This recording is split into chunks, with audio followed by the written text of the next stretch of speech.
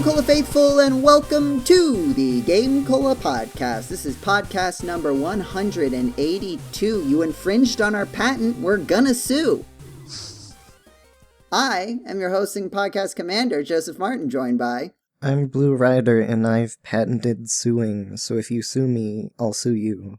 I'm James Pelster, and I'm currently in jail for patent infringement. It was him the whole time. So wait, Blue, are you suing me on James's behalf? Is Blue James's lawyer in this thing, in this narrative we've created? I guess I just get money whenever anyone tries to sue anyone. When did you invent suing? Before you could ever know. Before anyone else. The 13th century.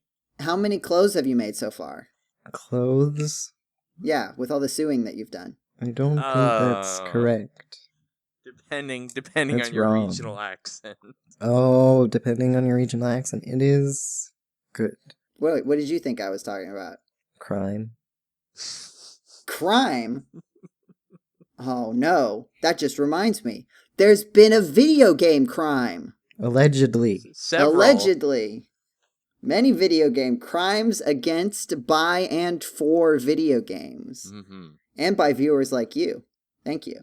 Wait, no. And by that's podcasters like me. Wait. This is the incrimination podcast. We're all... GameCola goes to jail. That's the name of this episode. For legal purposes, my initial statements are a joke. For legal purposes, I've done no crimes. Because if Correct. I just say that on a podcast, I think it becomes legally true. Mm-hmm. That's the main reason I created a podcast. Yes. And by the fact that I'm saying that I created the GameCola Podcast would be a crime. Except I'm saying it's not a crime on the podcast, therefore it's no longer a crime. Yeah. By continuing to listen to this podcast, you are legally bound to agree with You've agreed to our terms of service by listening to this podcast. You're committing treason. Oh.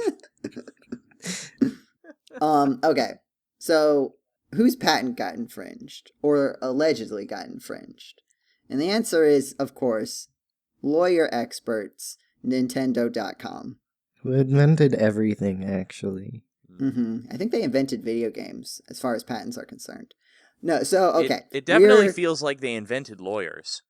We're going back to somewhere in the 170s of the podcast. If you recall, we talked about a video game called Palworld, which was a game known...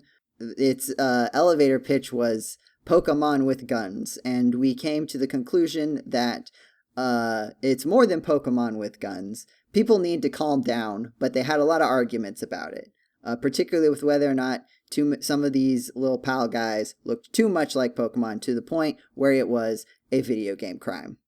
I think that's a pretty good summary. Mm-hmm. Blue, Yeah. does that sound fair as the Palworld player? Yeah, and so now we basically have a verdict on whether they did, and legally they did not. I think the fun answer is everyone was wrong. Yeah. Except maybe me. There's still a way I come out on top on this. Oh no, we let Joe win. I'm getting my lawyers on this. I listened back to this podcast. I did. So first of all, I cannot, if you say that I cannot have been correct because I did not specifically say that a patent infringement suit was going to come, then no, I did not say that a patent infringement suit was going to come. But I did say that I didn't think that there was going to be a copyright suit. And I also said that I thought the most likely outcome would be that there's some kind of settlement between the parties rather than a full this side wins, that side loses legal case. I may be embellishing a little bit, but if a settlement does occur, I think I have a solid case for being technically correct and maybe the only person on the entire internet who is technically correct. Because I read some of the notes of the articles James sent, because James was like, hey, look at this thing on PC Gamer. Mm-hmm. And I found their interview with a guy who actually knows about patent law. And his prediction was that they're going to meet in the middle in some kind of agreement because patent law trials especially are very expensive. And It's basically who's going to call whose bluff in terms of actually going through with it. Because although Palworld would certainly stand to lose more in practical reality from trying to fund a case, it's still way more expensive than it can possibly be worth for Nintendo to get a full suit. Then why are they doing it? Because saying that they're going to sue makes their position at the negotiating table better. Okay. Because they can't retract that, right? They've put themselves in a negotiating point of no return. This is my own interpretation, by the way. We've gotten into strictly Joseph doesn't know what he's talking about, but he's got a podcast that he's the podcast commander of, so he gets to say whatever he wants. Mm-hmm. And I think it puts you in you can't just retract that in the same way that you could like go back and forth in a standard negotiation, right? It kind of puts the ball in their court, in whatever the company's name is. I forget. The people who made Palworld. I think that's definitely their name. Mm-hmm. We are the people who made Palworld Incorporated. Did all this research and I can't even remember the name of the company. Now, how important is it that I'm right, and how important is it that this is potentially kind of messed up? I'll let you be the judge. But well, actually no. I think the judge in the trial will be the judge. Mm-hmm. But I'm surprised you did not say, yes, it is very important that I'm correct. I didn't say. I just asked which was more important. Which I guess suggests that at least one of those things is very important. Yeah. Yeah. Allegedly. Yeah. Also, this is the GameCola Podcast. You can say what the outcome will be, and anyone who's listening, their reality shifts to making it so. That's how it happened last time. Yeah. I should have just given it to Palworld, huh? Uh-huh. That would have made me really popular. Yeah, imagine Nintendo losing a lawsuit for once. I wonder how many they have lost. So there's the legal question of whether or not they actually infringed on a patent legally, right? Like, there are patents in video games. They're weird and nebulous, but they do exist, and they have been, if not enforced, they have been legally respected in the sense that there have been patents placed on certain concepts in video games that have stopped people from making games that would potentially infringe on those patents. Like the Nemesis system. Yes, the Nemesis system is the, did you know, Super Mario Brothers 2 of video game patent trivia. Oh, really? I was Doki thinking Doki Panic? I was thinking it was the Namco playing a game during a loading screen thing. Yeah, the games during loading screens is also another one, but I feel like I see Nemesis system more. This is a good point. That's another common one. But it's basically, and I looked into this. I don't understand it. Listener, you don't understand it. It's crazy. This is the stuff that people go to law school for. I don't know. The other thing that I do remember seeing in the article is that patents are defined by territory. So, like, a patent in one country does not equal a patent everywhere. So, if Nintendo is filing a lawsuit against Palworld and saying they infringe upon such and such patents, that would be filed in one specific country. Mm-hmm. Or if they want to like have some kind of judgment rendered against it, I would imagine they would need to say that there is infringement upon their patent in a bunch of individual countries, which is probably, we said earlier that they tend to be really expensive, and I wonder if that might be wise, because effectively you need a bunch of little mini lawsuits, if you will, for every single territory where such patent might be, and obviously patent law in every country is going to be different, so you might have to define a patent differently depending on where you are, which, like, just probably makes the entire thing really messy.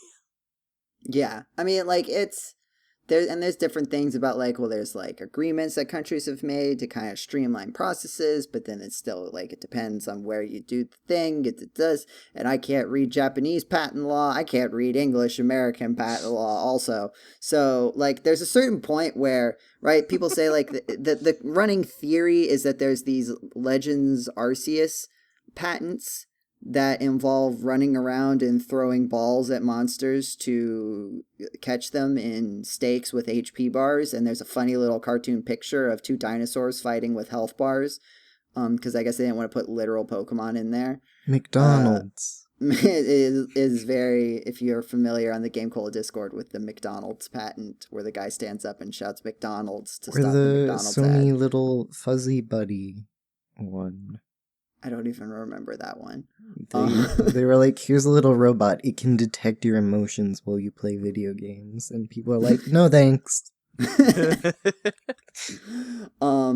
It seems to me that, generally speaking, people are pretty sour on the idea of patenting video games, anything in video games that isn't like literally like a tool that was right. Like I could see like patenting, if I don't know if you can patent a game engine, right? But like you could I think you could say that some people that like using corporate espionage to patent some like software, to take some patented software tool, right? If it was like, oh, they stole this software tool, or like used someone who like worked for Pokemon, got familiar with their software tool and recreated it too closely, right? Like maybe there would be some gray area. But when it's just like, here's a thing that we did in a video game and you're not allowed to make a video game that does that thing, people seem pretty sour on that idea pretty holistically, especially compared to a lot of other things. Remember innovation? I killed it. Yeah.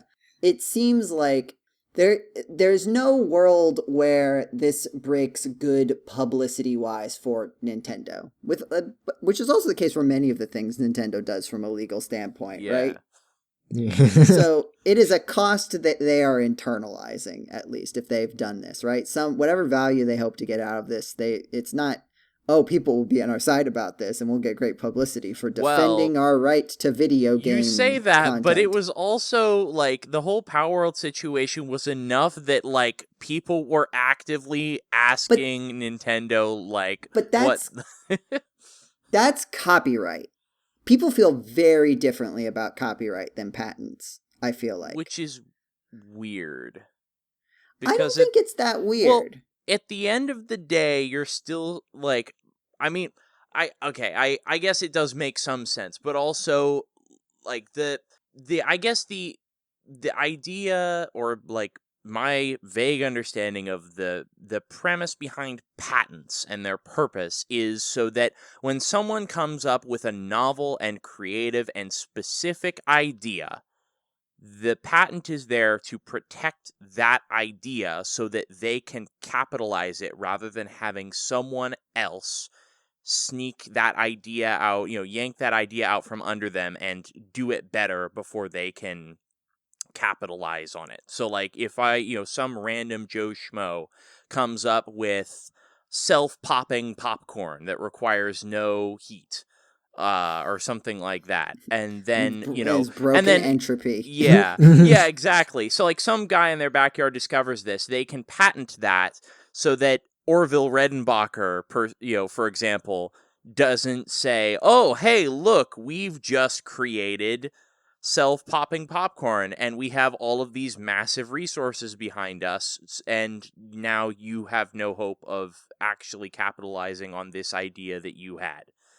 Like, that's my understanding of the theory, at least, behind why patents are a thing. So, yeah, I mean, sure, that sounds not right. It does, I don't know, though. And in the same way, and see, to me, I feel the same, like, kind of, well, I can see the theoretical reasoning for copyright law is, like, so that somebody can't go around stealing your hard work. And that, again, I'm surprised that the sentiment around what are we okay, with defending a multi-billion-dollar corporation on is leaning, more positively towards when it comes to copyright as opposed to patents. Like, at the end of the day, they're kind of vaguely similar things of, person that had this idea or created this thing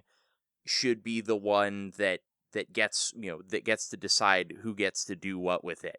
And I just find it odd that patents versus copyright would have a significant difference in public opinion when some I mean, such giant corporation tries to use it. There's also that people, the average person has a slightly better understanding of copyright, whereas I think it seems like most people don't even know what a patent is, really. So that might be part of it. I think that's another, there's maybe an emotional angle to this too, where it's like, getting a patent is hard. It takes a lot of work to set up the legal case, and it protects things that are a lot more broad.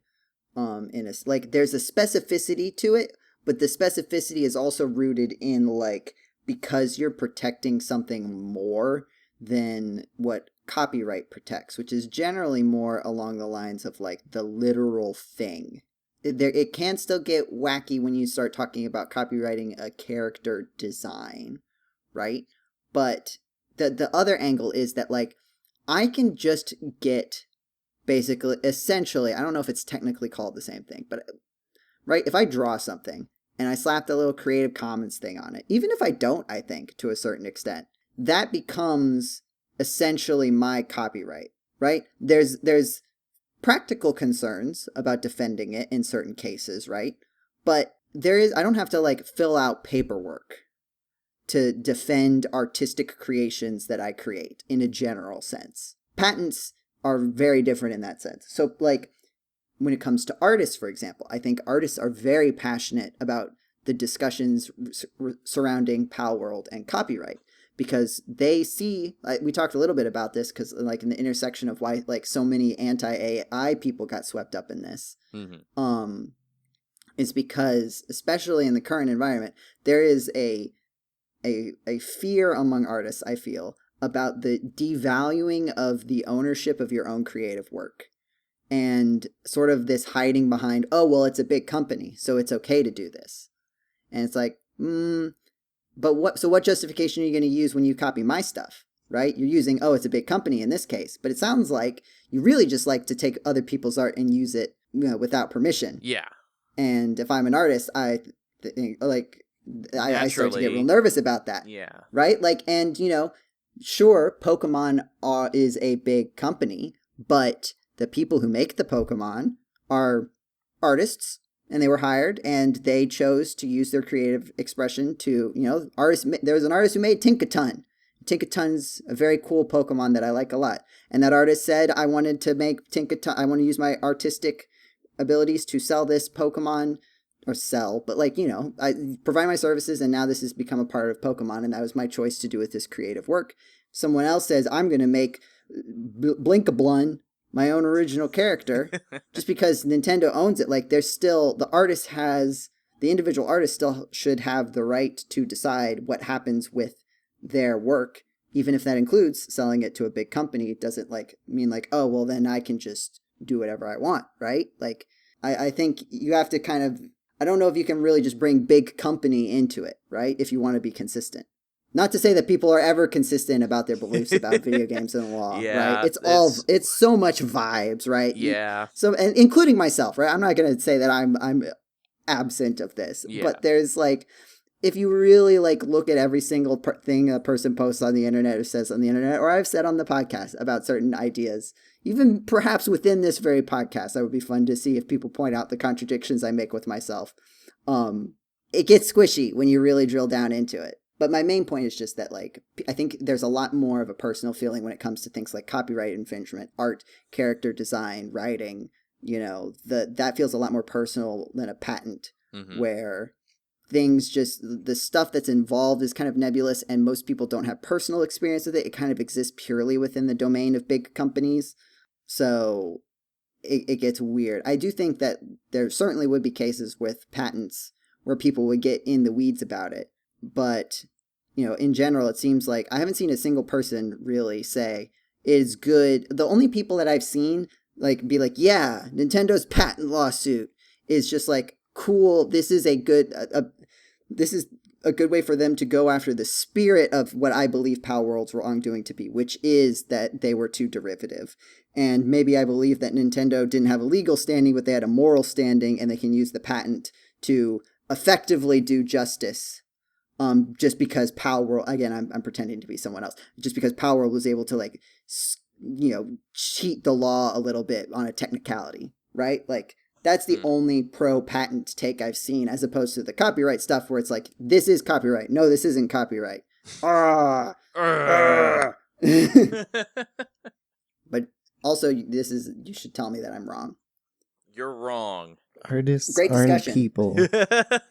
Especially if they are Pokemon artists who draw trees or ice cream cones. Then they deserve to suffer, according to the internet. No one is trying to infringe on the copyright of the bad model Pokemon trees, I don't think. If I stole a Pokemon tree and put it in my video game, what would I have to do to get in trouble for that? Like, I could probably do that and just get away with it. I mean, if I didn't say anything. Look at any Nintendo 64 game. They're not being sued by Nintendo. And their trees were terrible. Yeah. But, I mean, as far as the patent thing goes, I'm just not sure that again, if I understood things better, and moreover, if there were more details to go on to say, do we definitively know that, yes, this is the thing that they're going after? Here's why they're going after it. And I mean, because it's possible that, and the other frustrating thing is that the difficulty with getting a patent is because it's supposed to be very specific. And the reasoning, I think, part of the reasoning for that is because you as an individual making something can't be expected to research every single possible patent that you could be infringing. And this is the basis for like firms that do, I think, what's called patent trolling, which is they just make a bunch of random patents for things in the hopes that someone will make something that happens to infringe upon them accidentally and then try and go after them. This is an actual thing that happens. But that's something where, generally speaking, if this game, which is like, I don't think anyone could deny, it is intending to be very similar to Pokemon, and it also infringes upon a patent, it's possible, very likely even, that they didn't know XYZ mechanic was patented, but obviously they were getting close enough that they are kind of at risk of it by imitating that closely. But even then, it's kind of hard to know exactly, what can and can't you patent in that gameplay formula, I guess. Yeah, and I think also that what's interesting that you kind of touched upon, right, was that like Palworld is kind of double dipping a little bit here, right, in that it is very close on both fronts, whether or not you, like, from a legal standpoint, whether or not you agree that morally it should matter. They've created a game that has some very similar mechanics to Pokemon Legends. Was released pretty close, was announced even pretty close to the release of Legends Arceus. And there's a new Legends game coming out soon, right?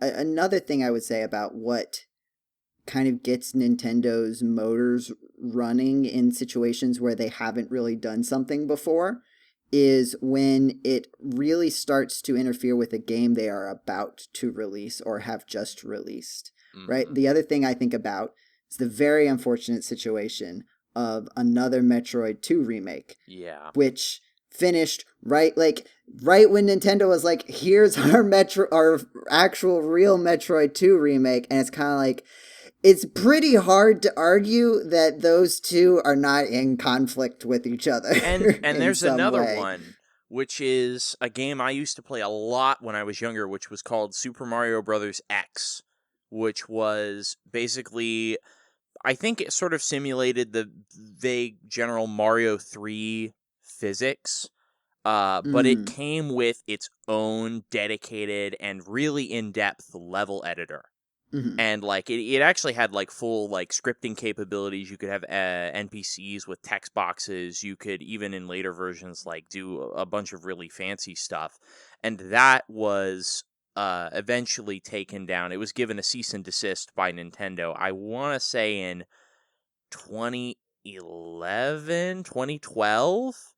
It might have even been later than that, but I could be mistaken about that. It's been quite some time since I looked into the timeline of events there. But obviously, a game that came out within a few years of SMBX being cease and desisted was Super Mario Maker on Wii U, which was like Nintendo had never done a game like that to my understanding, so we were all like, that was kind of one of my first, in my head, the most prominent example of 10 something 15 years ago of a time when Nintendo took action against a fan game. That was until then I had never really heard of them doing such a thing, and that was very prominent to me.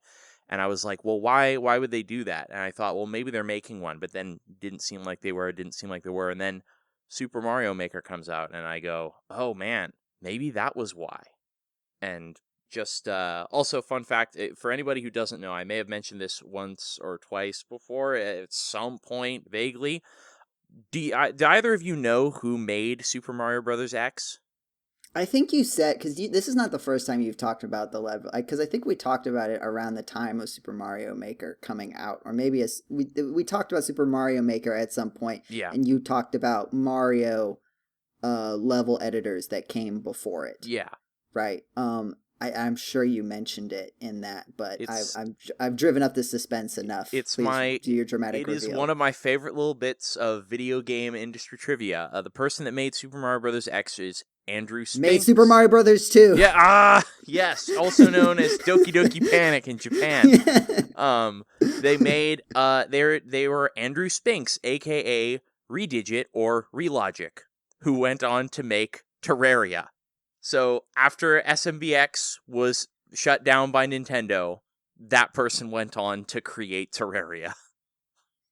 So in a sense, Nintendo created Terraria. And also, Terraria is Doki Doki Panic, too. Don't you regional accent me on Terraria, Blue. Or Terraria. Yeah, that's the only way I've heard anyone say it, is Terraria, so... Terraria. Terraria, actually. Terraria. Anyway. I need to hydrate. I've got a really bad case of Terraria. Yikes.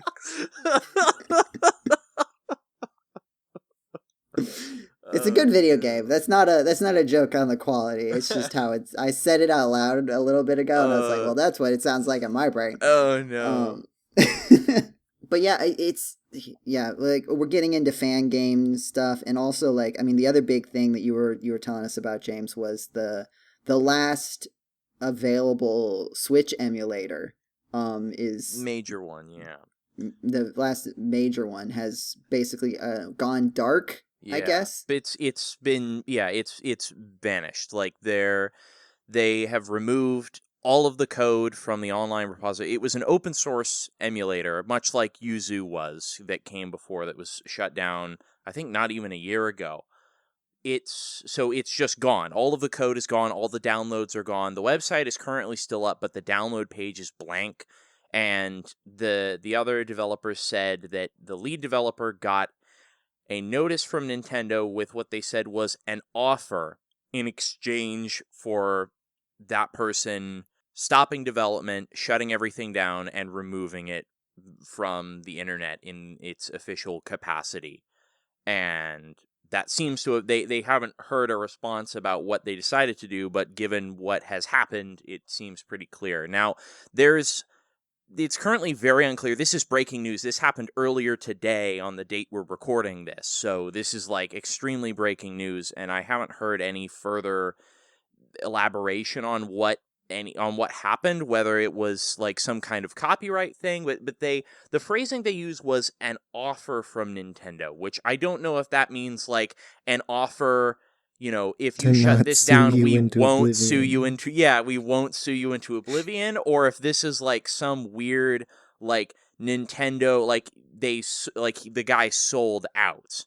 And I think like at first I was thinking, well, maybe they actually they don't have any legal authority to take this emulator down because it's doing things quote unquote the right way, the non gray area way of just full clean room reverse engineering, which is, at least in the United States, protected and is exempt from a lot of copyright infringement type stuff.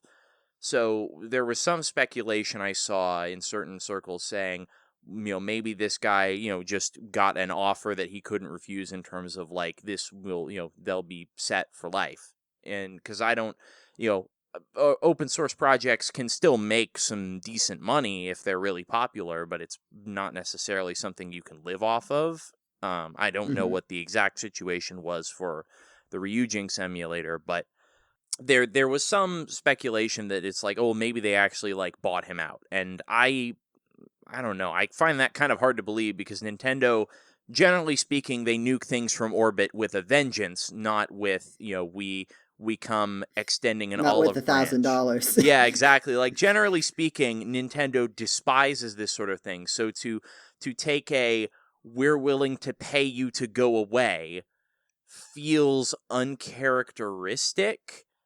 But again, it would have to be lots of details. But again, the GitHub, the site which the code was hosted on, if there was some kind of copyright violation, that site has a means to take down code repositories for DMCA reasons, and it will display as such on GitHub's site. And my understanding is that no such filing was made, so it doesn't seem like this was explicitly a DMCA takedown, but it could have been some kind of cease and desist. And I've got feelings about the whole thing, but before I ramble on any further, I'm curious if you guys have any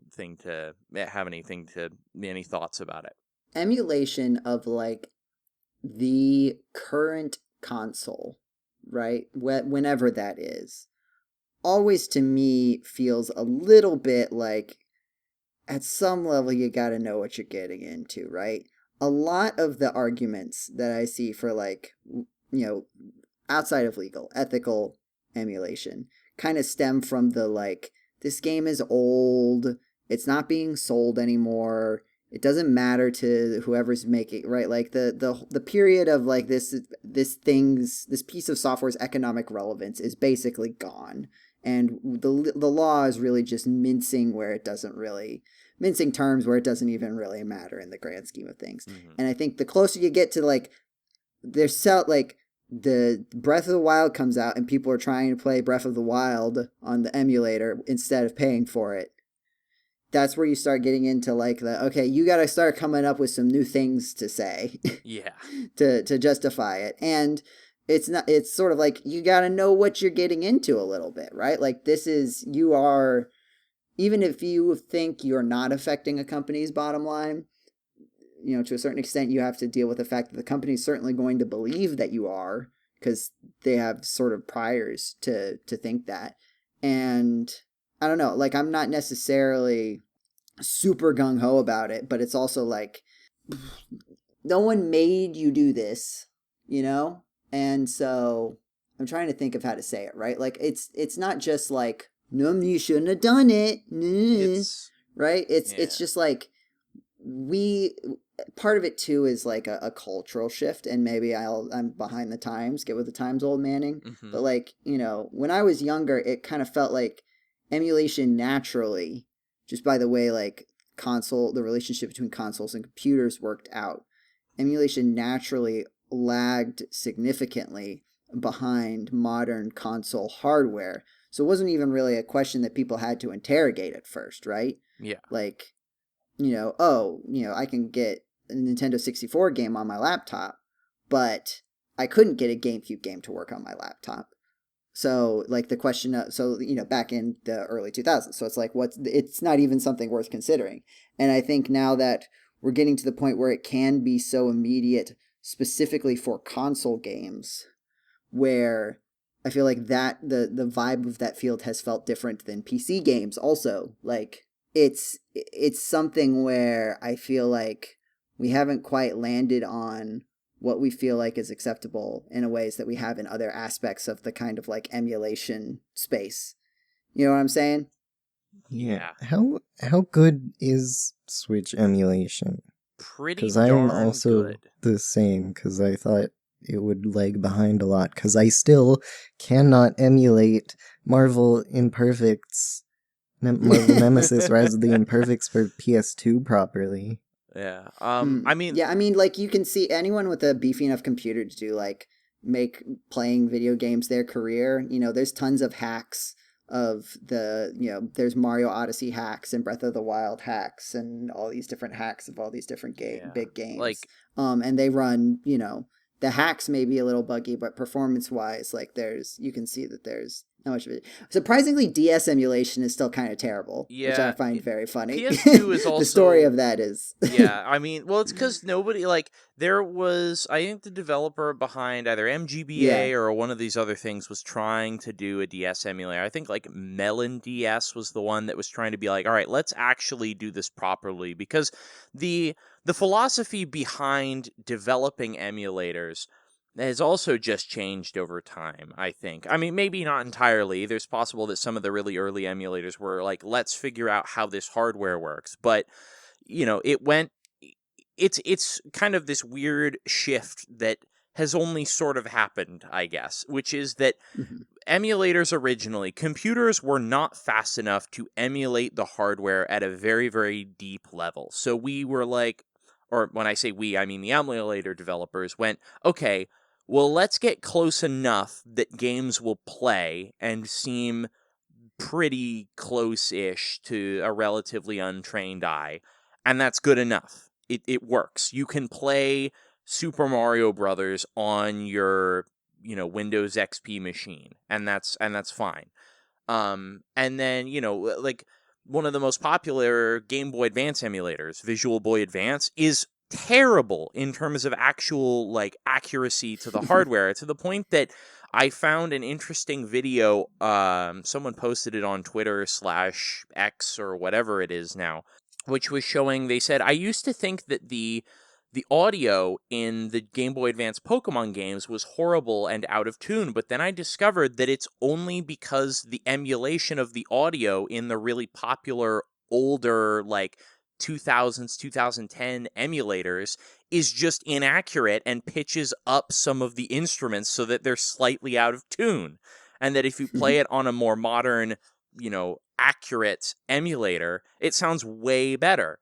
And so there's been a sort of shift in the idea of some, emulator developers of, I want to actually understand the inner workings of this hardware, and I want to emulate it in an accurate fashion, both for the academic sense of understanding how the hardware works and being able to re-implement it, but also so that we can preserve how these games are supposed to play on the actual hardware beyond the lifespan of that actual hardware. Because ultimately, if we don't have accurate emulation, then any kind of preservation we hope to achieve is ultimately going to be flawed. And, there's technical restrictions even when you want to get super accurate, but generally speaking, as hardware improves, we can get more accurate, because getting more accurate tends to require more intense, development and more intense actual, performance impact. But getting back to Switch runs relatively well. I've tried to play one game. I dumped my copy of Xenoblade Chronicles 2 and tried playing it there. You can actually upscale the games, which is you can play them at a higher resolution than the actual Switch console itself can achieve, which is pretty impressive. And for a lot of games, the results are very, very good looking. But there's still weird bugs here and there. The Cloud Sea in Xenoblade Chronicles 2 does not render correctly. It's really buggy and glitchy looking. And I think that, like, PS2 emulation, you were saying, has accuracy issues, and they're making strides on that. But again, a lot of these long-term emulators started out with the goal of, let's make things work good enough, and then only now are they trying to go, well, good enough isn't really good enough. Let's try and do this, quote-unquote, properly, and it requires way more work, especially for really weird, unique hardware like PlayStation 2, and then, PlayStation 3 with the RPCS3 emulator. And it's a really complicated situation. And I realize I've been talking for a very long time here, but to mention something, Joe, you said earlier, is that with Switch emulation, it feels like you kind of ought to know what you're getting into, and that's how I feel about it. Is I'm really bummed out about this because we are losing years and years of real, genuine, like, research into these consoles, how they function. There are thousands and thousands of person hours, I guess. We are losing thousands and thousands of hours of work and effort and study, which I think has merit into these consoles. But I don't think it can be disputed that emulation invites piracy. And I used to be a lot more gung-ho about that in my younger years, but I've started to appreciate the work that goes into developing video games, and as I've matured and grown older, I've started to respect that, generally speaking, I at least personally, morally, want to buy the games that I play, and where possible, I'd like to play them. I always want to play them on the hardware that the developers intended it to be put on, and so I've drifted away from emulation. But when you are emulating consoles, piracy is going to spring up, because even though you can have all, Ryujinx did a good job of saying, hey, if you want to emulate games, here's how you use your actual real legitimate Switch console to dump your real legitimately legally purchased video games so that you can gain the benefits of emulation without needing to resort to piracy. But the fact of the matter is, there's always going to be people who don't want to buy this console and or don't want to buy these games, but still want to play them anyway. And when that console is currently being sold, and these games are currently being sold, that is about the biggest impact it can have on a company like Nintendo, etc.'s wallet and bottom line as it possibly can. So the phrase I'd like to say is that these emulator developers are flying very close to the sun. And as we've seen, there have been consequences. They have burned up and fallen from the sky. But Kid Icarus got to be in Smash. I think too, it's like there's the bottom line, and I think a retort someone might have would be like, well, why should I care about Nintendo's bottom line, right? Like they're big company. What do I care about big company?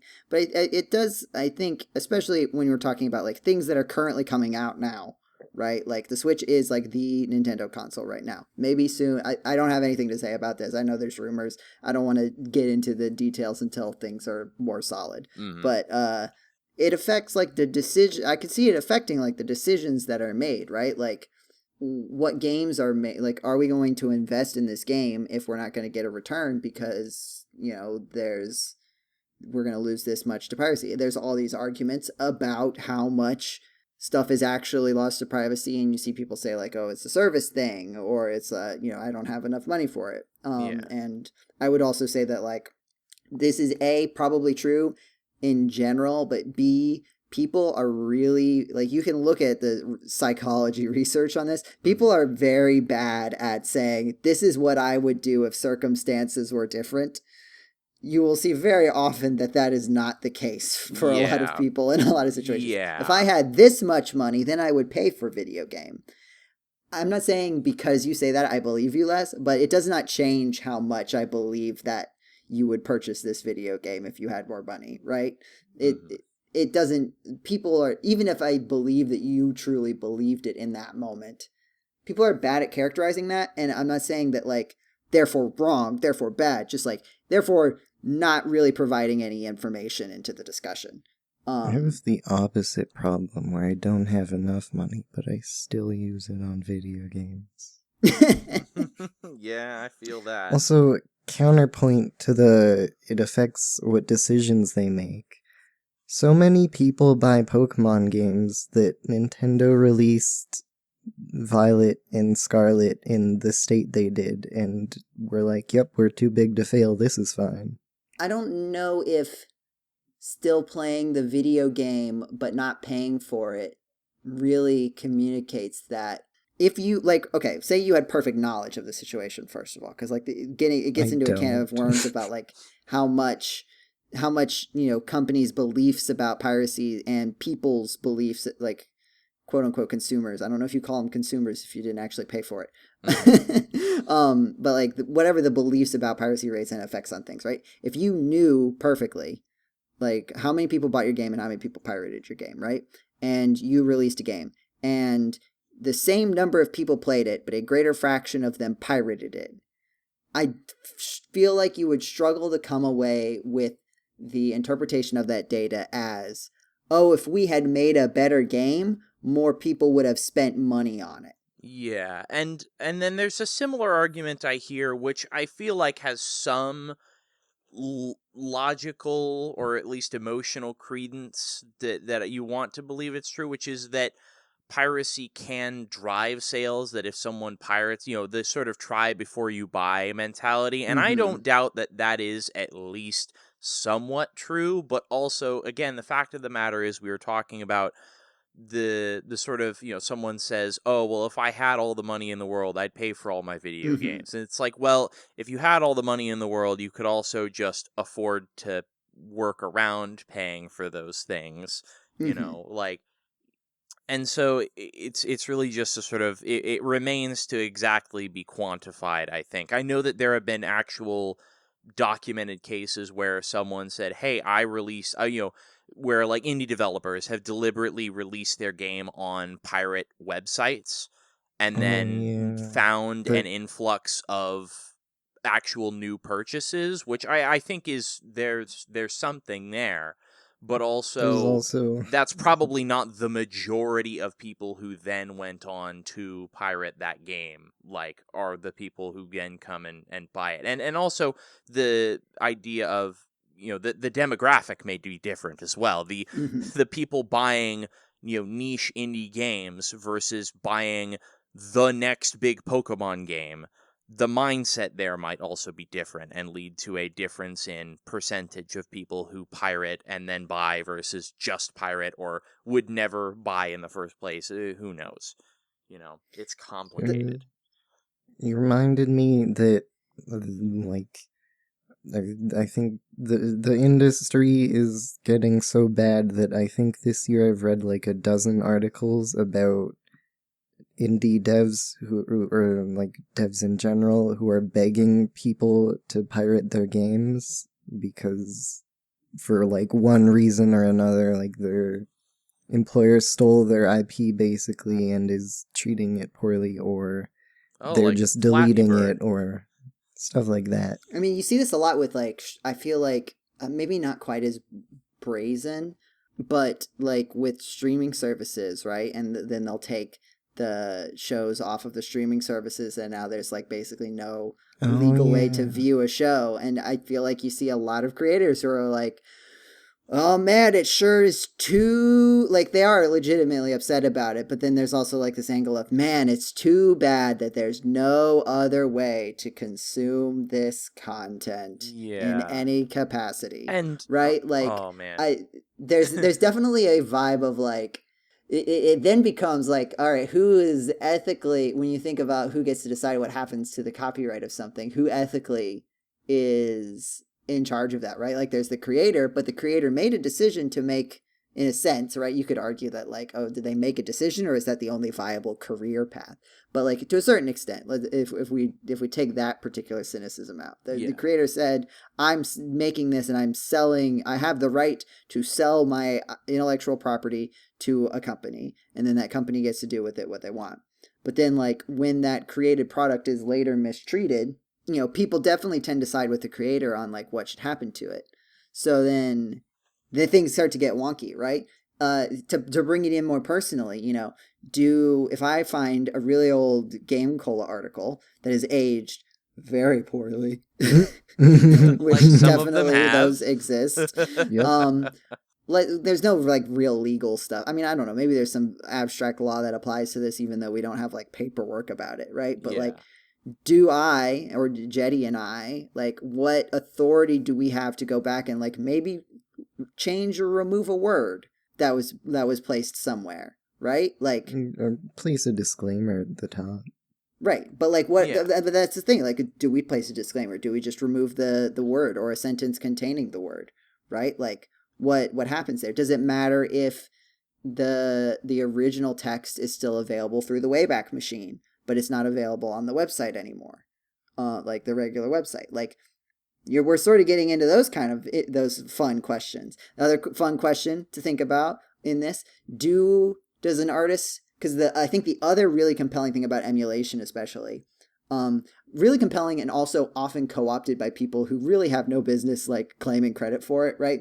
Game preservation, right? Yeah. I think game preservation is a really cool, really interesting, and I think like important thing about that emulation Venn diagram crosses over with. Yes. I also think you downloading a ROM of Super Mario Brothers 2, which is actually Doki Doki Panic, did you know? That's not games preservation. You wanted to play the video game and you just decided to download it, right? And then so that's like, sorry, I just want to get to the chunky question I have about this is like, does a creator of a piece of artwork have the right to make their artwork no longer available if they want to? And you say most art, is unpreserved just because people are not willing to put in the effort to preserve it, right? Big company does not care about. They only care about the dollar signs, right? They don't care that they're making something more difficult to view. Mm-hmm. But they're not like explicitly like, I don't want anyone to see this anymore in most cases. But then there's other cases where companies or, I could bring it back to GameCola too. There's the Mega Man hacks and slash. And I wrestle with that one because it's pretty rough in some cases. And I would definitely handle it differently or maybe not do it at all. Do I put a disclaimer? Which is what I have done right now. There's a disclaimer on the YouTube video, and there's kind of a disclaimer in the original description, but then I beefed up the disclaimer to be more overt than my 17-year-old self. It really is original. Yeah. I mean, it is, but like, if I was like, you know what? No, I don't want this to represent me. I don't want this to be associated with me anymore. Do I have the more? Obviously, I can literally just go in and like delete the YouTube video and delete the podcast. I'm not planning on doing that right now, by the way. I'm just saying, like, hypothetically, I could. But yeah, that's like the thing. Like, when we're talking about preservation, like, at what point is preservation? Does preservation supersede the wants of the person who sort of has legal and perhaps even moral or ethical or however you want to put it, like domain over the creative work? That's the chunky thing that I think about. I don't have a concrete answer to that, to be perfectly honest with you, because I'd have been surprised if you did. Yeah. Well, you're never going to believe this. I just figured out the problem to this incredibly complex moral quandary. The thing goes into like, okay, then like if Nintendo says we're going to remove all ways that you can play Mario 1. No, actually, here, we'll remove all ways you can play Mario 2, which, by the way, did you know? Doki Doki Panic. And you're like, well, I think people should be able to play Mario 2, right? Because that's one of the main arguments of, like, emulation-ish piracy, right? It's like, well, Nintendo, it's not being made available to me, so this is the only recourse. And it's like, well... Rule of Rose, my beloved. Does an individual person have the right to say, I don't want you to see this content anymore, to experience this content that I made anymore? And can they sell that to a company to have the same thing? It's like, oh, if we don't want to make this available because our past work, we don't want our past work to interfere with our current work. So do they have the right to do that? I would say that I prefer they didn't. It is better for me personally when I can play all the video games regardless of what a company wants about it. I can watch all the TV shows regardless of what a company wants me to do with it. And even if I was willing to pay, but there's no way for me to pay legally because they're hiding it from me. But like, that's a question. And is it, consistent? Would I respect, someone else? Is it different if you just keep it for your personal use or you share it like, they took this off the market, but I have, or here, like, I downloaded a YouTube video that the original creator has deleted and said they didn't like. Is it, is there a spectrum of it's okay for me to keep it and continue to watch it personally, but then it would be a bridge too far to upload it for other people to see? Like, are the vibes different? You can get really chunky with all this. I kind of love it. And I've seen all kinds of different answers to that I like agree with simultaneously. Like I feel like you're contradicting yourself. Yeah, I know it is, because like, I've had YouTube channels that I follow just for one reason or another. Their creators just go, all right, you know what? I'm taking all this stuff down. And it wasn't even anything that was like particularly bad. Like there wasn't any, necessarily a specific reason given. It was just like, I just feel like I'm not happy with these and I'm taking these down. And there are now channels that are like, so-and-so archive that have uploaded all their complete works. And from what it seems to me like, that there's not been any action taken against them. And for that, in that kind of instance, I appreciate that kind of stuff because it lets me go back and watch something that I enjoy, which, is not necessarily, like, based on the fact that the creator is not taking action against it, is not necessarily feeling harmed by this decision. But at the same time, I also see videos like from a YouTube channel that I watch that, like, I used to enjoy when I was younger, but now it's very clear that this was made in an earlier age of the internet where things that were considered acceptable to say are not at all acceptable anymore. And they've actually updated all of the descriptions for all of these videos to say, hey, I made these like 15 years ago when edgy XYZ such and such other humor and jokes and remarks being made about certain groups was considered more socially acceptable. It isn't anymore, and I no longer agree with these remarks. But for the sake of, letting people enjoy the things that they previously watched, I'm leaving them up, albeit with this disclaimer saying I don't agree with what I said. That's another way you can do it. But I would say that's roughly how I feel about maybe my opinion will change, except instead of I thought it was like acceptable to be edgy, and now I don't think. It's more like, no, I was just kind of stupid and I didn't realize.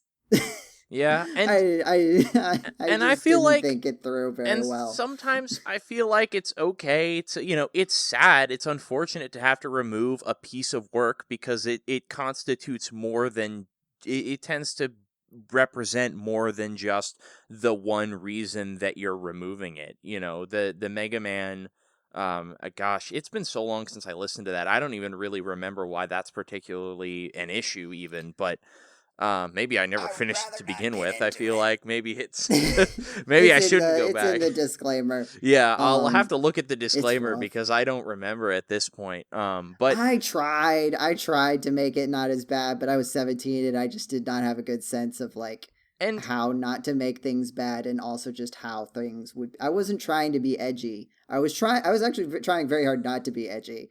And I did a really bad job. mean, I still get, I went back and I listened to the Mystery Dungeon, Shadow the Hedgehog thingamajig. Whatever that hacks and slash was. Yeah. And that, listening back to that makes me uncomfortable. I feel like we do a better job of calling out the bad things about it than I think we did. I wanted to try to kind of call out the bad things or redirect the bad things in the Mega Man one, and I just did not do a good job at all. And there are definitely parts where it sounds like I'm defending things that I was not defending, but I just did a really bad job of it. And I would respect anyone who was like, did he really say that? And it's like, I totally understand how you got that. That's not what I did, but I did a really bad job, and I completely understand. And and people have different tolerances for it too.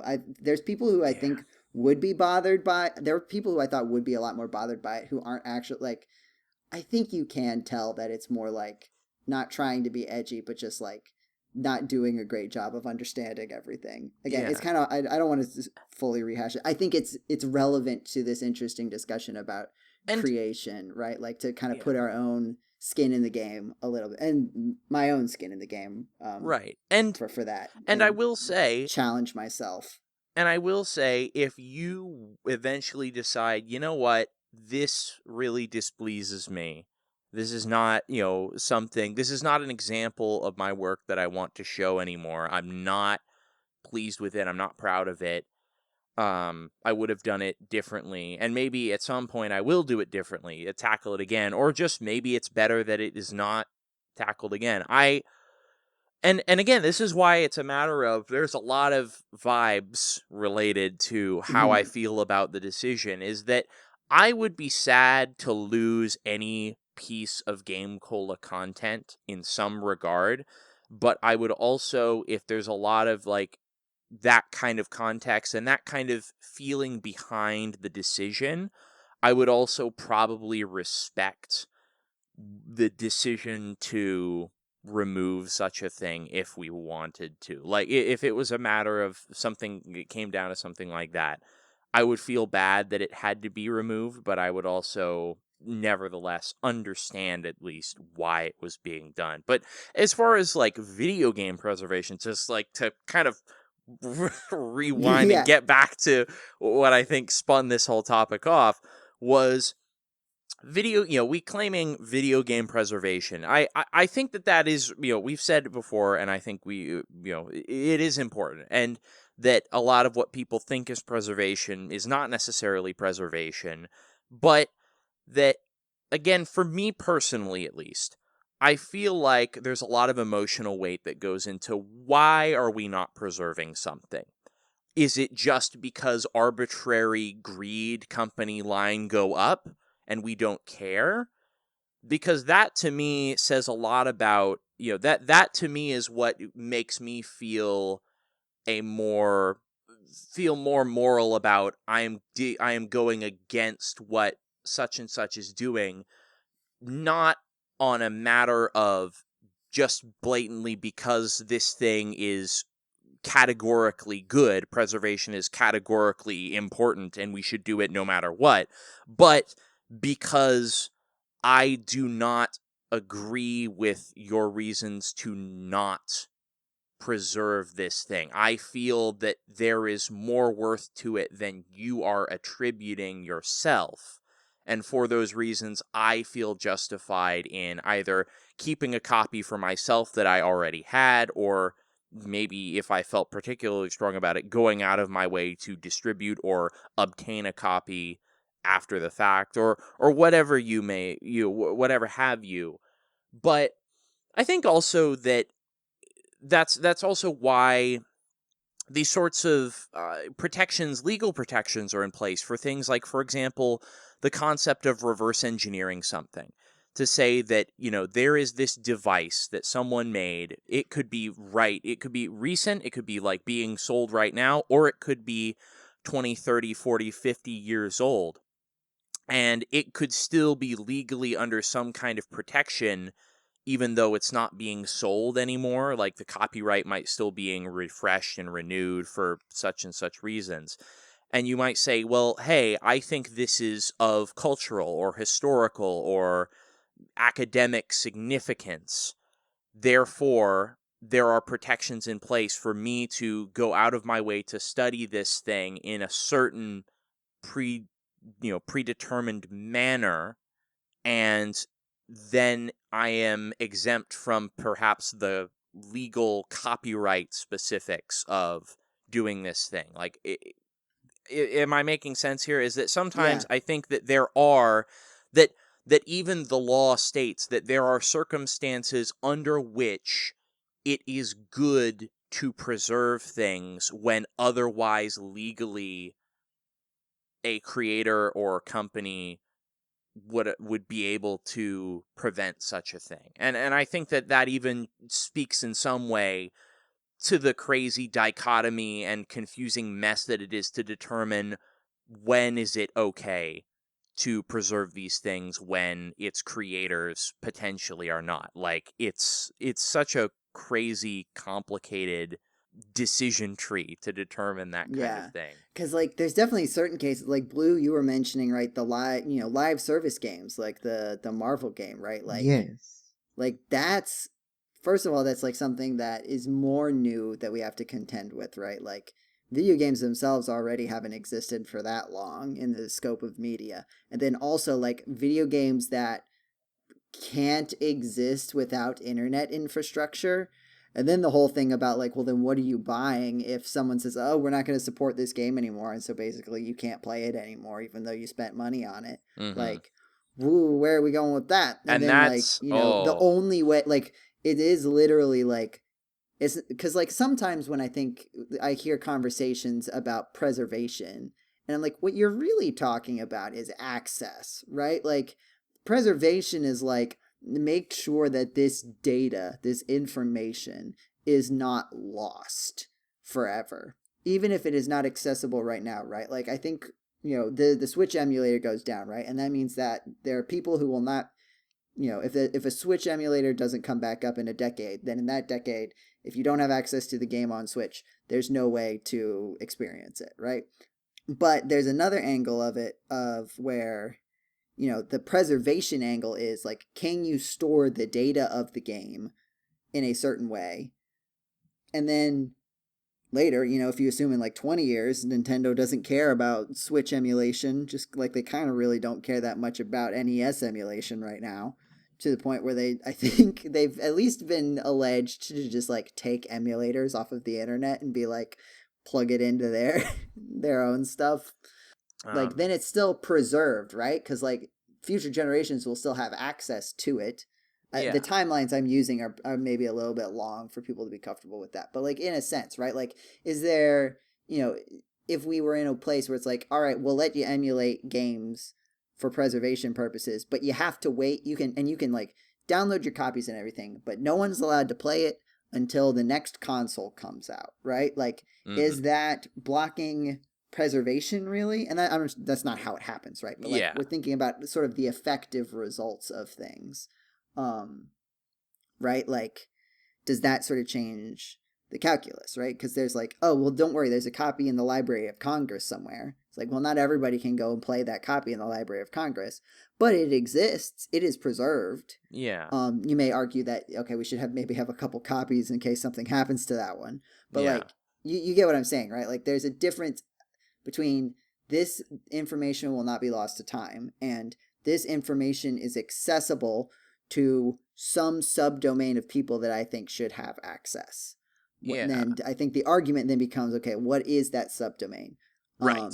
Is it, I think a set that people I feel like tend to agree on is, did you pay for the video game at some point? Right. And like you say, like you can dump your data, but even if like Nintendo generally says like, you still can't do it, wag finger on like their website. Like, it seems like most people are pretty on board. Like, yeah, if you can just get a ROM of a game that you already have without dumping it yourself, like that's ethically pretty much the same thing.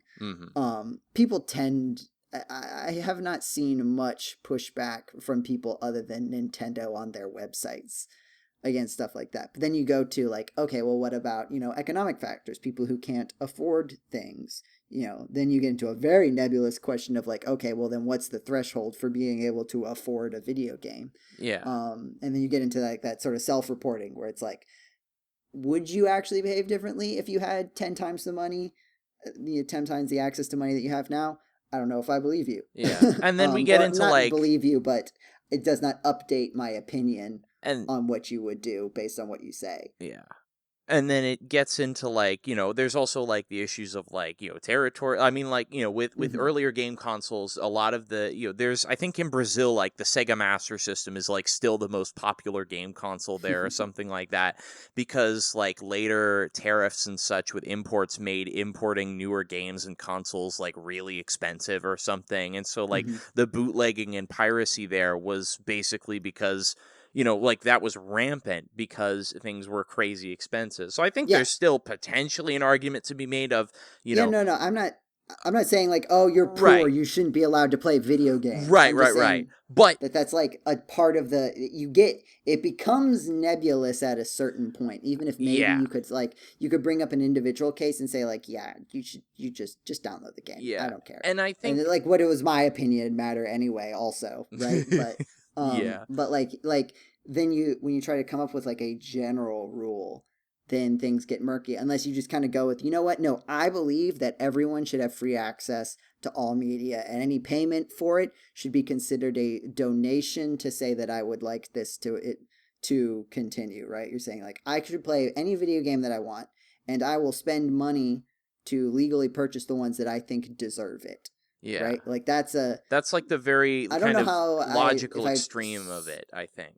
Yeah, I don't know if I'm like right in that camp, but it does seem like it seems fairly consistent and like pretty clear. Like you've pretty clearly defined your boundaries in a way that I feel like some other things are like, this gets really murky. Like, what's the boundary line on what you consider acceptable? How much of this is vibes based? Yeah. And then there's people who are like, I shouldn't have to pay money for anything. It's a crime. Money is a crime. I don't believe in money.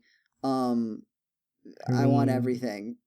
I would download a car. Yeah, I mean, who wouldn't, honestly? Same. I mean, I'd love to honest. download an apartment. I'd love to download some money right now. That'd be great. I hear this thing called cryptocurrencies really yeah, I think really that's popping what off. Cryptocurrency is. Yeah. Cryptocurrency is when you download money. Yeah. What were you saying, Blue? Oh, I was just saying same. I would download a car. Sorry. Oh, okay. Sorry, Sorry, Joe. I was going to say, did you, that was the insight confessing that to you brought. downloading a car. I could go on. I could go on about I think this we kind of need thing. to, this has been the whole podcast. We should talk a little bit about games we've been playing, but like, Real I love quick, talking about this stuff. It's so meaty. It's so interesting. It is. It's so weird when you like actually have to start saying the stuff that's rattling around in your head and start realizing like where maybe some of your contradictions are on how you feel about this. And also like GameCola's relationship with emulation is such that like if there are any bridges to be burned, they've already been burned. Like, so I'm not super worried about that. Paul once uploaded like half an episode of Mighty Max to the Mario 2 playthrough. So like, wow. And we didn't get sued by Nintendo. Relationship with copyright has always been interesting. Yeah. Oh man. It would be funny if the only part of that Mario 2 video that got copyright strike was the Mario 2 part and not the Mighty Max part. Real quick before we get into games we've been playing. Anybody been playing Concord? We were talking about live service games that go offline. Boy, howdy!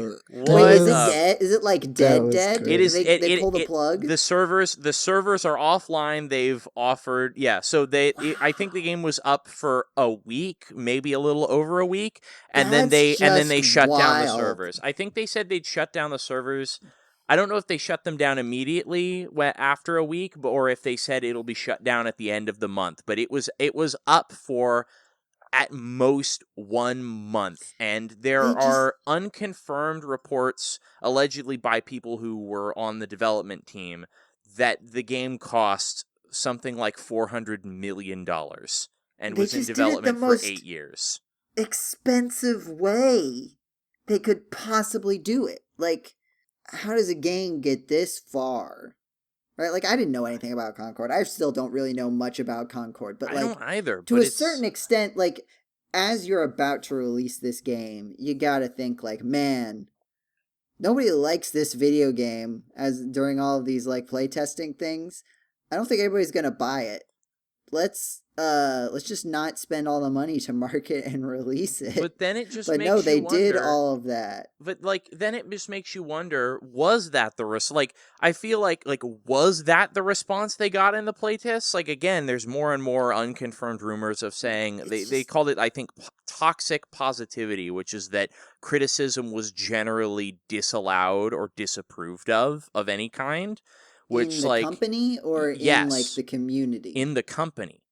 Okay. So, which could potentially, like, again, I you could see. say maybe their focus groups were just pulled from a biased place that was biased towards these types of games. Because I think a lot of the complaints I've heard, again, I didn't really follow this game. I just heard about it just before it came out and was like, well, actually, no, I think I saw the trailer in the State of Play and was like, man, this just looks like another Overwatch. And I was like, man, they're still worse. making these games after bajillion years, and I'm Hey, still Marvel not Rivals interested. is good. Leave me alone. Yeah, well, I mean, and then Valve is making their own game that's like kind of sort of like that. And so it's Marvel like Rivals makes sense. I think we've talked about this, but I get like how Marvel Rivals could bring something to the table in this, right? I get the pitch there because like the just like this, but right, like the thing that people felt was like the biggest missed opportunity of Overwatch is that like the lore, they had all this lore and then just like nothing, right? Like they didn't like utilize like the interest in the lore until people lost interest. And like Marvel can like just do that because they don't need to like make up the new lore. They can like tease the lore and then you can be like, oh yeah, we already have like all this stuff that you can purchase to The like fun follow part up on that is lore. that they are making up a bunch of new lore for it, though. So Sure. they're like going the extra mile for that, and that's neat. yeah. Sure, but like also there's still like there's media, and if they want to make new comics based off of it, like all of that stuff is there. And I can see like the pitch of that being like that brings something new to the table versus like this is my Overwatch. We have, instead of a gorilla, we have an orangutan. Yeah. Aren't we creative and original? And in a market that's already saturated with these types of games, just making this game, like, that was the thing, is that the marketing, it just, from what I've seen, like, there was very little marketing, but the marketing that was there was just showing off this game. It's a character-based, shooter, team-based shooter. And what differentiates this? What makes this special? I think I remember a lot of people making comparisons with Guardians of the Galaxy in terms of like the vibe of the trailer. It was very much Guardians of the Galaxy, but much worse and like corporately sanitized even further to like just nothing slop. Yeah. Where does it sit on the scale in relation to Anime Fan on Prom Night? What? We don't get this reference, John. You don't? Oh man, not the Mighty Number 9 trailer? Come on, guys. I have a vague recollection. Jinx. They're like, you're gonna cry more than an anime fan on prom night. And it's like, who do you think you're selling your video game to, sir? Yeah, and well, it's more like sorry, everyone likes focus XYZ tested to thing. oblivion than like weird edgy. Yeah. No. So it's actually like kind of worse in some ways because at least that has personality. Yeah. And so they just were like, well, we've optimized it down to like, we've basically sanded away all the rough edges. So it must be what people are going to want because it checks all of these boxes that we've predetermined. And then it's just like apparently a shock that no one's interested in this thing that is just the most playing it safe, uninteresting, sanitized, like just blah, nothing, with no actual substance that will make you want to play it over any other thing. But they were acting like, oh, this is gonna be the next big title. Like, I think there was, at that same State of Play, there was like this Next Level or Secret Level or something, which was like a documentary series about, games and their production and that kind of thing. I'm not totally right on the details, but Secret apparently Level's the new show that's going to be on Amazon that is like made in Unreal Engine. It's not a documentary. Oh, okay. But isn't it talking about the development of like a bunch? It's stories. It's like Secret Level is different. The thing it's with like Mega Love, Man Death, in and Robots, but for video games. Okay, I thought there was some kind of like documentary series that was I mean, being maybe made there about is. video It's just not games. that one. Yeah, and that Yeah. there was supposed to be one about Concord's development. And I was like, wow, you really, like, there is no mistaking that, like, The they were disconnect really, is just wild. yeah, and it's just like, well, what are you gonna do now? Because now Yeah, you have a what documentary on a happens? game that's supposed to, that took this long and took this much energy to and effort to make, Well, and now you have a documentary about it, but clearly, like, you can only assume that the documentary was expecting it to do better than we didn't last a month before shutting down and offering everyone yeah. refunds. Yeah, it's. I guess this is a little bit different, but I do. I never actually watched it, but I do remember like there's a documentary about Frozen 2, and the Disney movie, and uh people who have watched it, I've heard them say like, wow, yeah, that like detail of the production kind of explains every single problem I had with the movie, even though it was like obviously it was made by Disney. It was meant to be like this positive thing about look how we made our cool movie. So I don't know, like I don't know. It's almost like even if they like pitch it as like here's a documentary about this cool video game, and you're just like, what? How are you doing that when this game only lasted a month? Like even in that context, it would still be super interesting to see that. I don't know though. You're right. Like, does that ever see the light of day? Yeah, that's what I want That's to know is like what, like, yeah. if it does see the light of day, how much, like, what do you, if anything, what do you change it? Like, do you editorialize and go, yeah, after the fact, we realized that something had gone horribly wrong and there were significant, like, Yeah. this did not turn out as anticipated. How would you editorialize that? Because it's got to be in some part meant to be like touting I mean, this game. it's a fluff piece, right? Yeah. Like to a certain extent, it's like an ad, right? Like it's meant to be Or like, something. I mean, it's got to yeah, be. like the reason you make something like that is to like get people to engage with right. If it's commissioned by the people who are making the video game, right? Like Yeah. it's to sort of drum up like just some way of onboarding. I don't know. It's interesting. We need to talk about the video games we've been playing in recent times. That's We're true. going pretty long. I got my GameCube set up here finally. I play a little Monkey Ball. It was fun. I need to like get back into just like on a console, not on a handheld like the Switch, like video game playing. So I need to get into GameCube. But I've also gotten myself sucked back into Pokemon Showdown. I need to stop. It's like a bad habit, but it's like I can make number go up if I play Pokemon good. I just want number to go up, you guys. Why won't you let me make number go up? Why are Because you're you not playing hiding Fusion this from Showdown me? instead.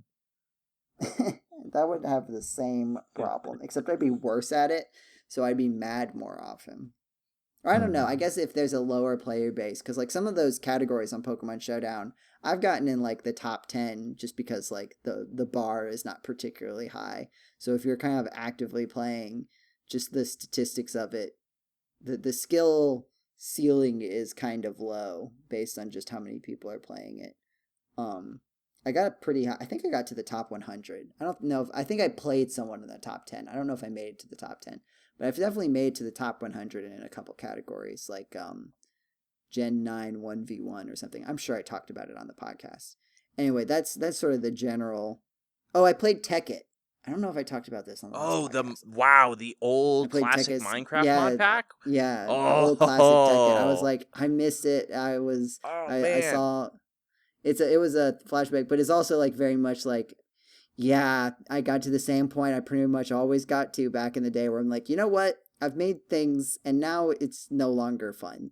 Now it's literally just I go in, I dig a hole, I make the same stuff, I put it into the things, and I get all this stuff.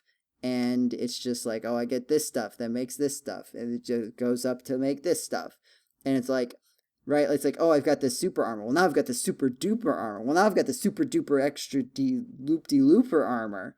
And it's like, I'm not fighting, like, I've maxed out not caring about the monsters, like, so long ago that I got the jetpack. That's always where get stuck. Is I get the jetpack and then I fly around and I'm like, yeah, well, this is the fun bit that I wanted to do. And I've kind of just I fell out of it, but it was a fun trip down memory lane. All right, Blue, what about you? Are you gonna sue? Yes, everyone. That is what I will do. Haha. Rhymed. You can also rhyme. I've taught you well.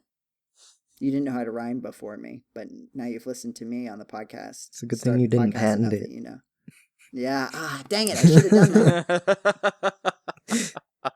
All right, what game have you been playing, Blue? Okay. Where do I begin with this one? A couple days ago, I bought this game that was recommended to me by Steam because it's a visual novel death game kind of thing, which is very much in my wheelhouse, if nobody has noticed. I have, in fact, noticed. It's called Love Exalt 8372. That title itself sounds up your alley. Yep. And I'm still recovering. But I finished the first act, so last night. It's very good. I guess it's like if you took Zero Escape / Danganronpa and then you put it in the world of like an RPG, and so they don't have names. You call them by their class, like healer. And so they all have like abilities, and then they get stuck in a death game, and it does that thing that like my absolute favorite pieces of media do, where they have a lot to them, like in their world, and it feels like lived in and real and stuff, and it expects you to keep up. It doesn't hand feed everything to you. It doesn't underestimate the player, I guess. And that's a lot of fun, because the setting's really neat. But, it's written well, and there's a lot. I played like I played like 11 hours, and I played a chunk the first day, like 2 days ago, and I was like, wow, this is neat. And then I finished the first act yesterday, and I was like, wow, that happened. And now I have to figure out how I feel about this. So yeah, that's been fun. Nice. Well, do your best not to get murdered. I tried. Tried, past tense. How did it go? Well, spoilers. It was like, I'm like one of 100 people to have played it, I think, because it had like 20 Steam reviews, I think. And yeah, so I'm part of the exclusive people. Nice. And so now I'm spreading the word. Are you saying you're gaming outside of the mainstream, Blue? Yes, and I need other people to be traumatized, so... Alright, well, it's James' turn. Traumatizes James. Alright. I've been playing Dragon Warrior 1 on the NES. No! Oh! How could you? I'm traumatized. It's been pretty good. Yeah, you can... I've been enjoying it so far. I mean, I'm only, as at this point, I'm on. We've released up to episode 3, and I've watched those. But it's got you, it's got Jetty, it's got Nathaniel. This is sort of becoming show notes a little bit, but because we're advertising it. But like, it's a really cross promotion, Joe. Jeez, yeah. Synergy. I'm just saying we usually do this at the end of the podcast. But yeah, it's really interesting hearing you guys talk about your different experiences. And also just like, I meant to comment and I like forgot about it. And then I lost like the paragraph. It wasn't a paragraph. I lost like the couple sentences that I wrote and I just never got back to it. But like the the single character RPG, I feel like is a really interesting archetype that we don't, in the sort of JRPG space, we don't see quite as much anymore. Usually you have a party. And it was really interesting where, like, just kind of through technical limitations, almost, like, maybe not purely, but, like, that was just kind of like a normal decision you could make, right? Like, it doesn't seem like it's particularly interested in the fact that it's just about one guy. That's just what the game is, because it was, like, a reasonable design decision at the time. Yeah. And then from what I hear, Dragon Warrior 2 is basically like, hey, it's this game, but the formulas we've added 2 or something or 3 something party members to the mix, and now you have a party. And so now it's a party. Yeah, now it's Everyone a party. Is here. Yeah, and so that'll be interesting to see if we decide to move on to that, just the evolution up to that. But that's about all I have to say about it right now, mainly because I elaborated on it so much more in the actual playthrough, and I don't want to. That makes sense. Yeah, I don't want to spoil it for people. You go watch the series; it's really wonderful. The energy's fantastic, especially thanks to Jetty and Nathaniel being there. Like, oh my gosh. It's the other games I've been playing. I've been playing Ace Attorney Investigations 2 on the collection that just released on my Nintendo Switch. Well, the collection released on many platforms, but I'm playing it on my Nintendo Switch. And that's really been enjoyable. I played a bit of the fan translation years and years ago, but it's been a long time. That being said, I still internally know all of the characters by their fan translation names, so every time I see their new official names, it, like, there's a disconnect, and it's a little bit weird, but I'm up to Case 2, and I'm really enjoying the game so far, but I don't have too much to say about it, especially because there's so much I could say that would be spoilers, but... So which one are you playing again? Ace Attorney Investigations 2, the game that up until now was not... It was the only, I think, remaining untranslated, Japanese-only Ace Attorney game. GameCola Faithful, if you'll indulge me and you go to, like, the GameCola website and you look up, like, the tag for Ace Attorney Investigations 2, it'll be a part of this podcast tag. I'm pretty sure we talked about this on another podcast, but, like, a while ago.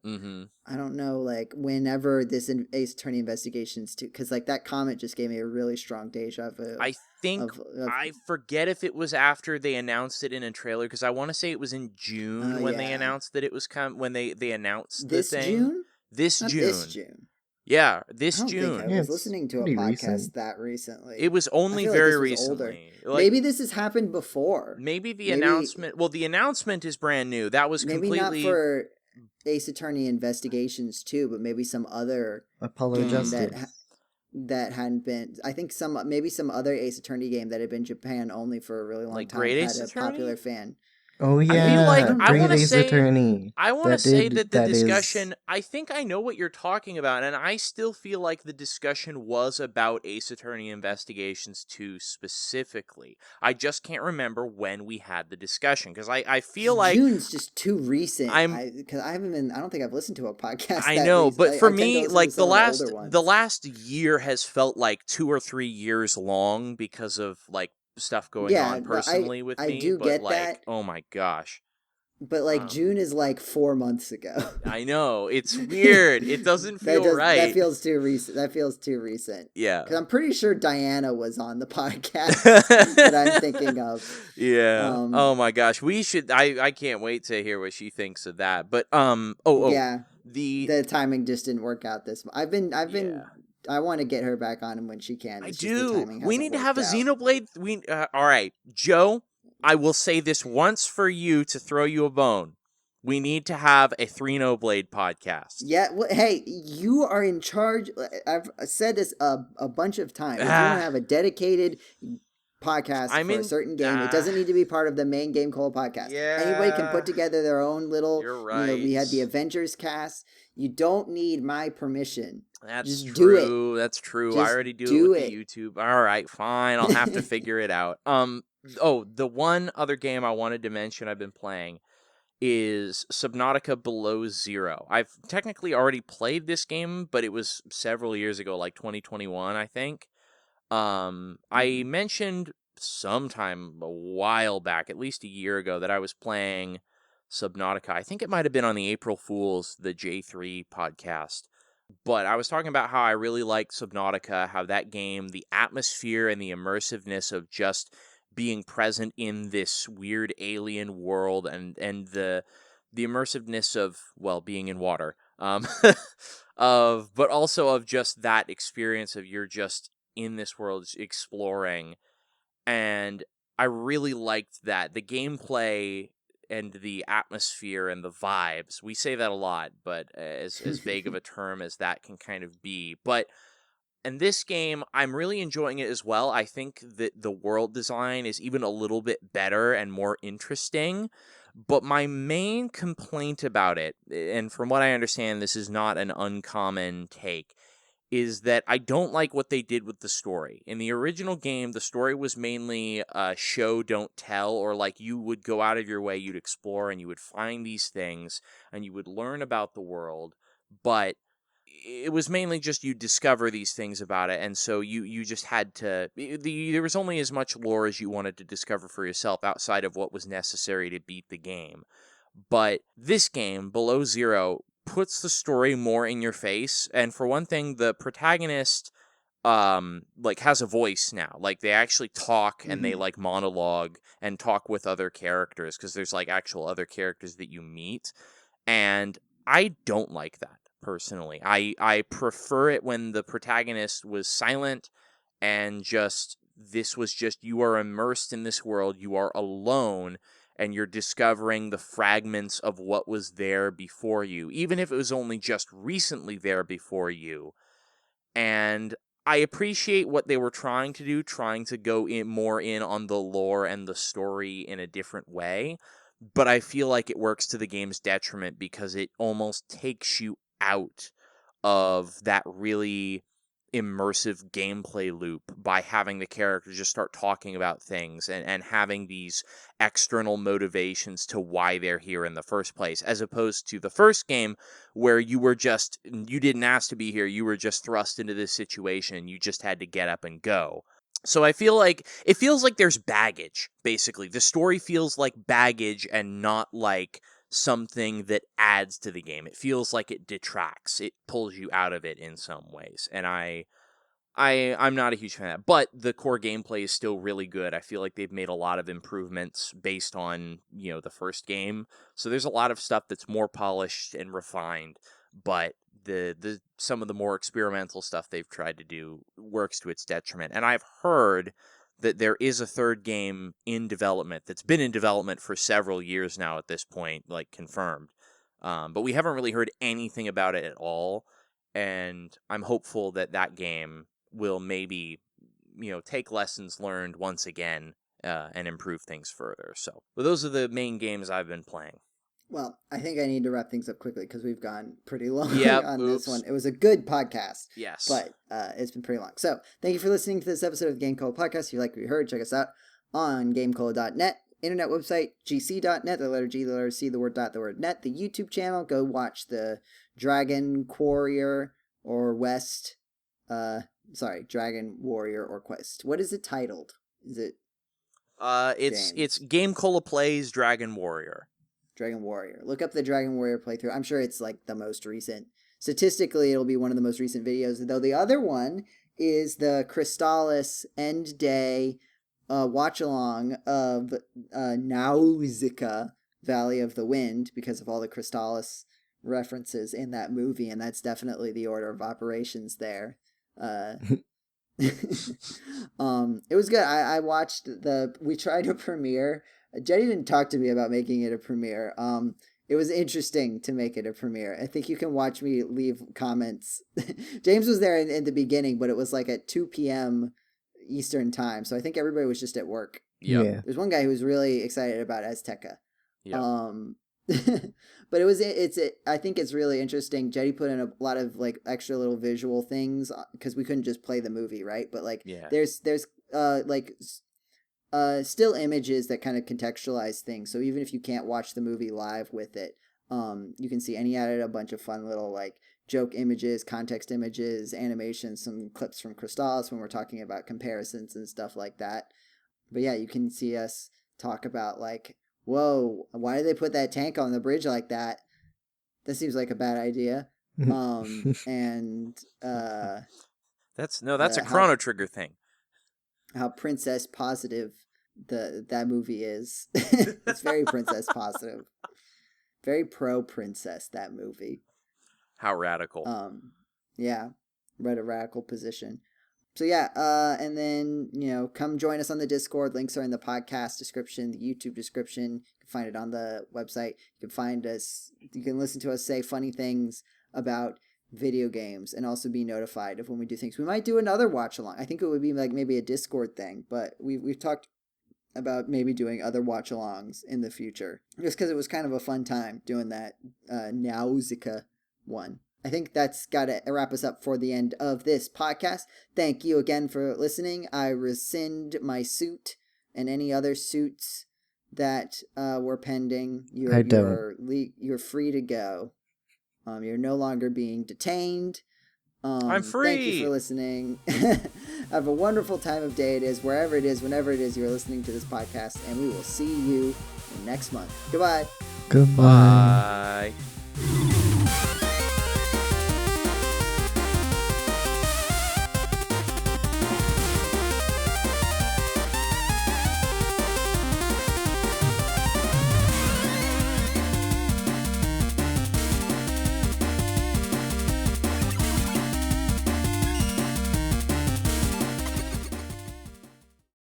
Say, wasn't that movie you were watching sounds like the game I was playing, Subnautica? I was resisting. I couldn't find a good way to make it work, but I was thinking like, that's why I held Sub-Zero, Sub-Zero, so it's just ice. Like you don't actually do any aquatic stuff. Yeah, it's just like, oh wow, I'm just on this big you are on a block of ice. And you land in a big icy tundra. You're like not icy tundra, but you basically land on a giant like floating ice berg. But you still get to go underwater. Oh, yeah, that's the majority of the game is underwater. Right, that's what I'm saying. It would be funny if it was just like, no, it's just solid. It's just a solid block of ice. There's no animals. There's no nothing. It's just ice. The goal is to thaw the game out and make it a water world again. Mm-hmm.